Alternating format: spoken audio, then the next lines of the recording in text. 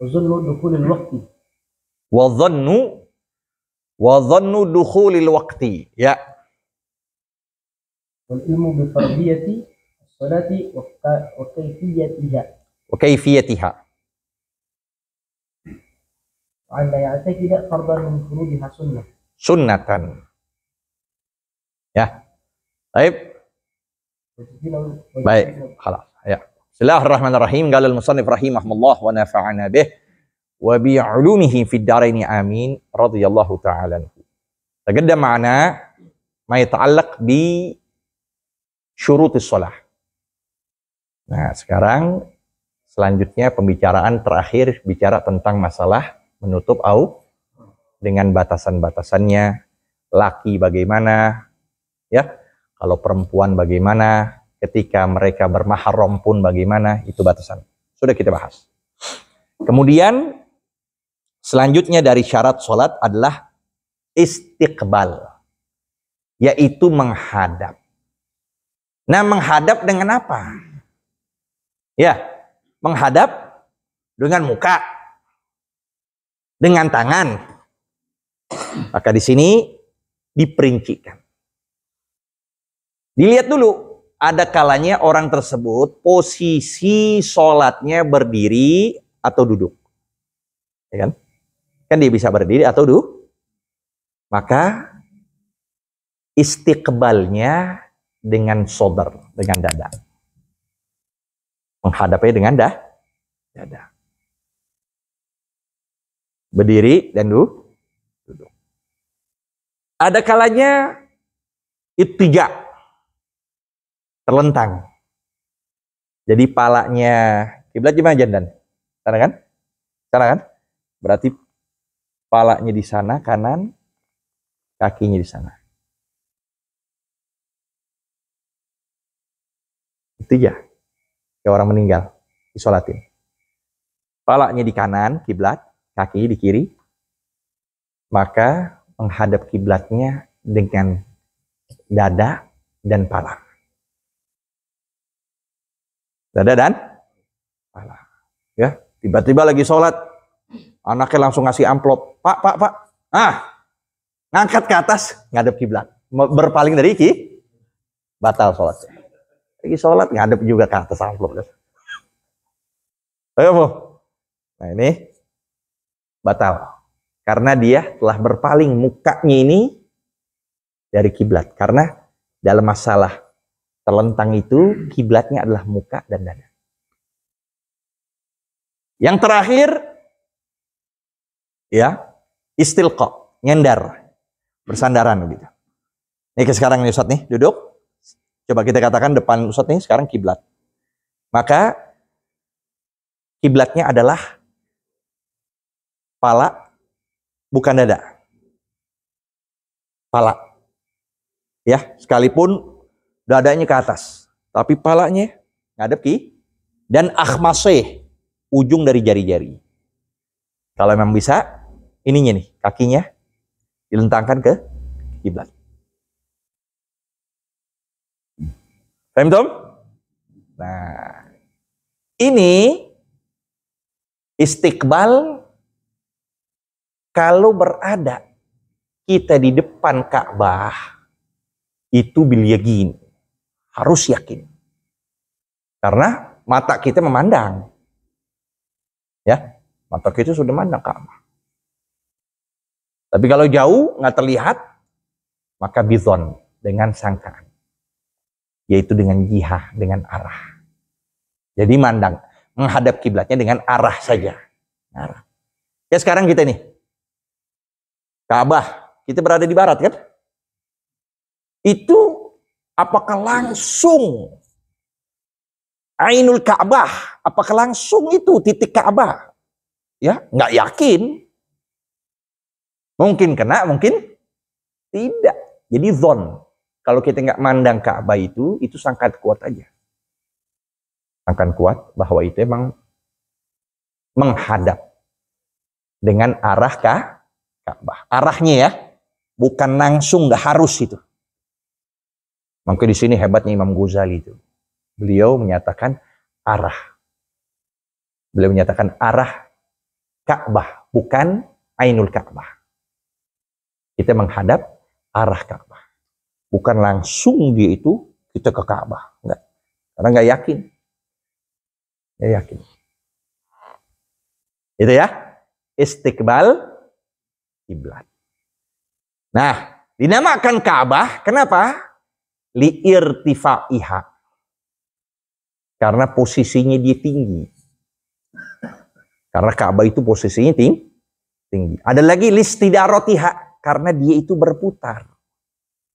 Ya, karena Ka'bah itu kita berputar di situ. Dan doa yang mustajab. Bagi mereka yang tawaf, hendak dia berdoa di situ. Tempat mustajab. Itu dia. Nah, istiqbal. Ya, lanjut. Habis istiqbal kiblah.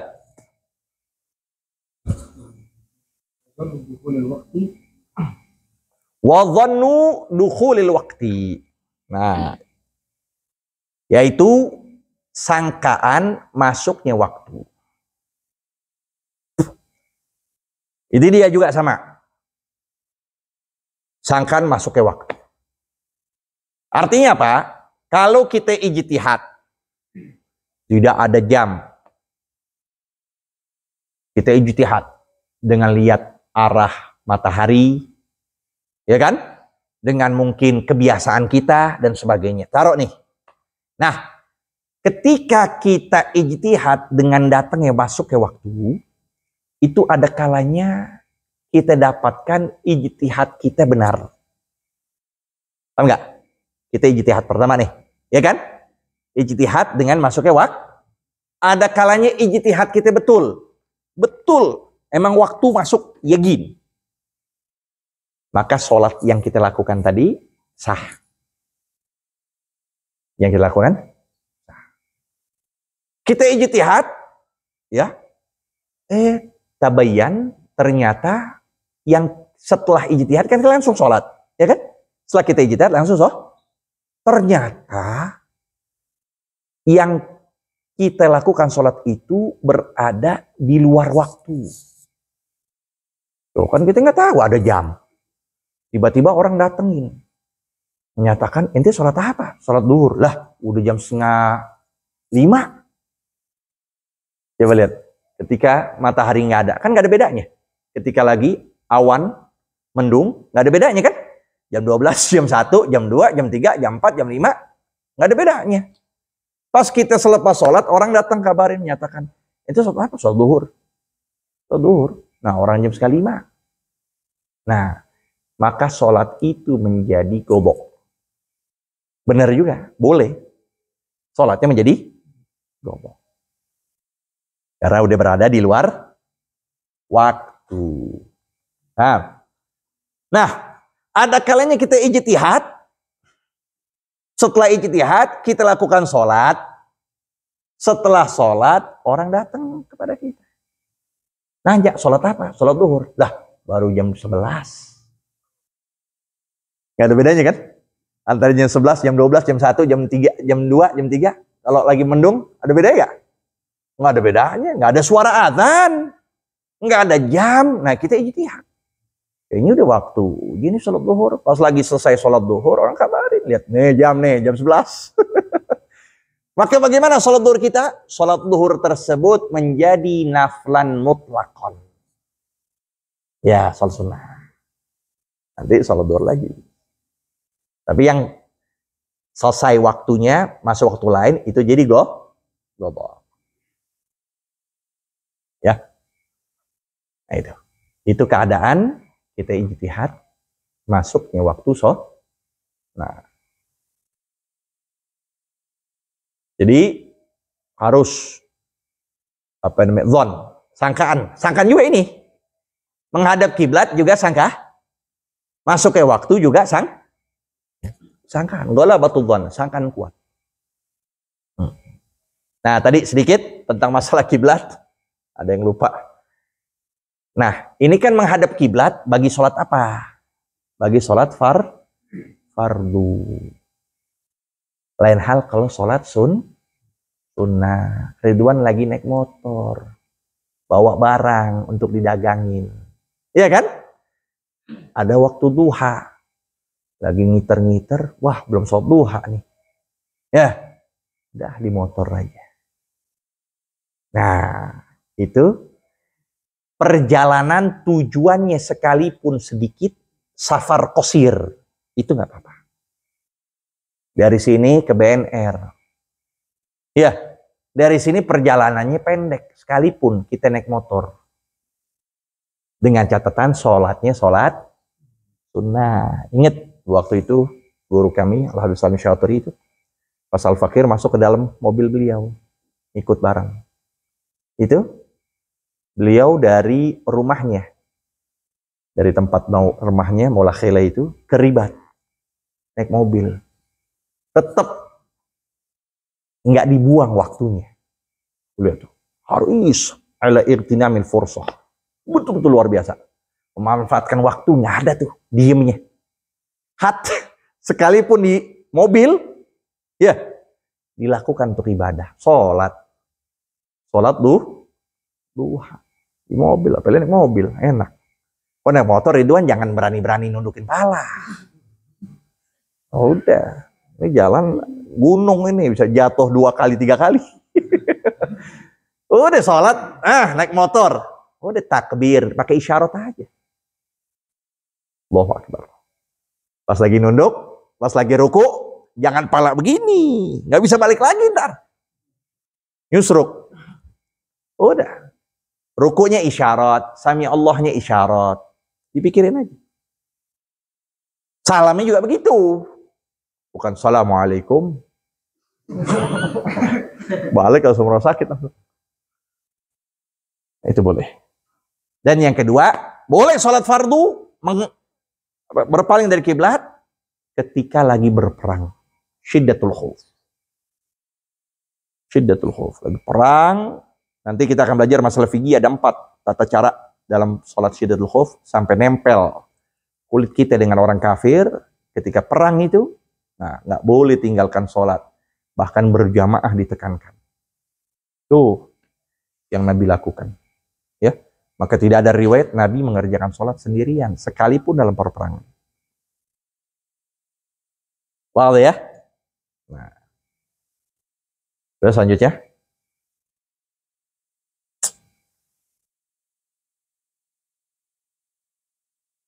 Wal ilmu bi fardiyatis shalah. Iya, ilmu dengan kefarduan sholat. Seperti apa? Air. Nanti bicara tentang air mustakmal, mutanajis, harus tahu berkaitan dengan sholat. Aurat, istiqbal kiblah, itu semua.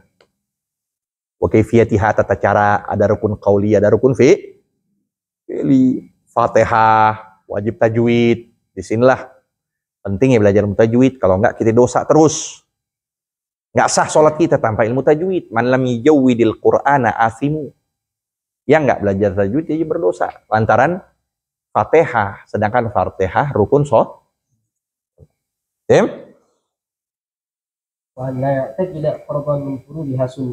La ya'taqida, bahwasanya dia tidak berkeyakinan la ya'tiq fardhan, kefarduan di dalam sholat itu ada yang sunnah, nggak boleh. Nggak boleh diyakinkan ruku sunnah, nggak boleh. Nah, dalam hal ini ada 4 keadaan. Ada kalanya dia meyakinkan seluruhnya fardu. Ada kalanya dia meyakinkan seluruhnya fardu. Maka gimana sholatnya? Sah. Diyakinkan seluruhnya fardu. Ya, diyakinkan apa namanya, takbirul ihram fardu, doa istiftah fardu, ta'awudz fardu, baca surah setelah Fatihah fardu, pokoknya apa aja dalam sholat semua fardu. Nah, itu sah, masih boleh dikatakan sah. Yang kedua, ada kalanya diyakinkan seluruhnya sunnah. Ya, diyakinkan seluruhnya sunnah. Itu nggak sah. Fatihah dikatakan sunnah, takbirul ihram dikatakan sunnah, rukun qauli nggak dibaca sunnah, dikatakan semua yakin sunnah. Itu nggak sah. Yang ketiga, ada kalanya dia meyakinkan sebagian ada fardu, sebagian ada, tapi nggak menentukan. Sebagian ada fardu, sebagian ada sun. Ditanya, gimana kamu tentang sholat? Apa yang kamu tahu tentang seluruh sholat itu? Dia katakan, iya, saya tahu ada sebagian fardu, ada sebagian sunnah. Ya, tapi dia nggak menentukan. Ketika ditanya, gimana Fatihah? Pokoknya ada fardu, ada sunnah. Terus kalau Fatihah, kalau setelah Fatihah surah, gimana surah hukumnya? Iya, pokoknya ada fardu, ada sunnah. Pokoknya ada fardu, ada sunnah. Terus amin gimana? Amin. Amin fardu apa sunnah? Pokoknya ada fardu, ada sunnah. Gimana sholatnya? Sholatnya sah. Bagi orang awam. Bagi orang yang memiliki ilmu, nah itu ada khilaf antara Ibnu Hajar dan Imam Romli. Ibnu Hajar katakan sah, Imam Romli katakan nggak sah. Artinya apa? Dia itu orang alim tentang masalah sholat, tapi masih keder, masih nggak jelas, masih rawang, dia masih bingung. Nah itu buat dia nggak sah. Itu menurut Imam Romli. Ibnu Hajar katakan sah-sah. Sama. Ya. Nah itu. Jadi halnya ada 3 tadi, berkaitan dengan meyakinkan fardu dan sunnah. Kalau diyakinkan semuanya sunnah, nah itu nggak sah. Kalau diyakinkan semuanya fardu, semuanya itu sah. Kalau dimeyakinkan semuanya fardu, ada sebagian, ada sunnah. Itu tadi khilaf. Ya, untuk orang awam, artinya orang biasa kayak kita ini nggak apa-apa. Ya, tamam, Tim? Ya, sampai sini dulu. Ini hal yang berkaitan dengan membatalkan sholat. Wallahu a'lam. Rabbi zidna ilma warzuqna